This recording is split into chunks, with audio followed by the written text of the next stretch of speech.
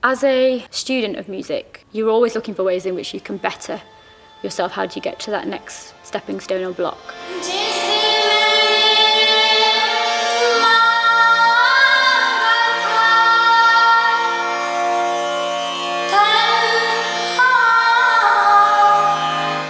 Being from a South Asian background but brought up in the UK, there's always been that slight barrier in terms of language or interpretation. So the reason for this project was to explore an area that I am familiar with or that I've sung, which was the ghazal form, but to have my own take on it. I thought it would be very interesting to have poetry that's from someone very similar to me, or someone who can express themselves as I do through music, but through poetry.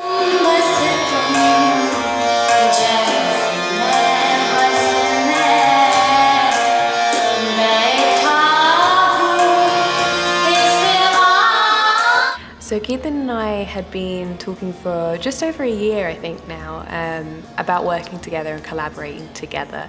It was just the fact that her and I kind of connected straight away. We had really similar values when it comes to our artwork as well, and to do with our creative self-expression.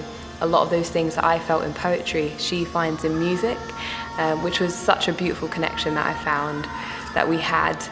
And then she approached me about this particular project, about writing a piece that we could turn into music, that we could even perhaps translate into a different language, and using kind of my spoken word but merging it into all these different art forms and these different genres.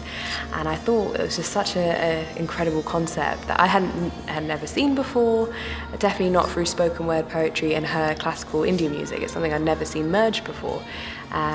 So we started kind of going back and forth on a few ideas, a few themes, and we came up with the poem, the love poem, The Mango Tree.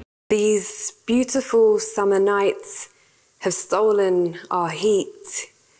All I yearn for is your chest and to hear its warm beat. It aches like swallowing stardust. The kind of theme that we went down was this longing or yearning for somebody else, because ghazals typically are quite romantic in terms of their nature. And I wanted to stick with the traditional theme, but kind of bring it into 21st century in terms of let's have a take on it that's fresh and that's new.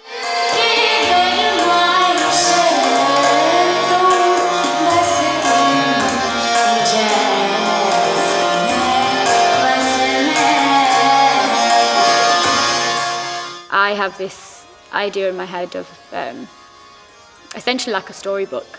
So different short stories, which again, different short poems reflecting different emotions, different moods, and just taking it on a bigger scale. So exploring more ideas and a lot more composing, I think, from my point of view.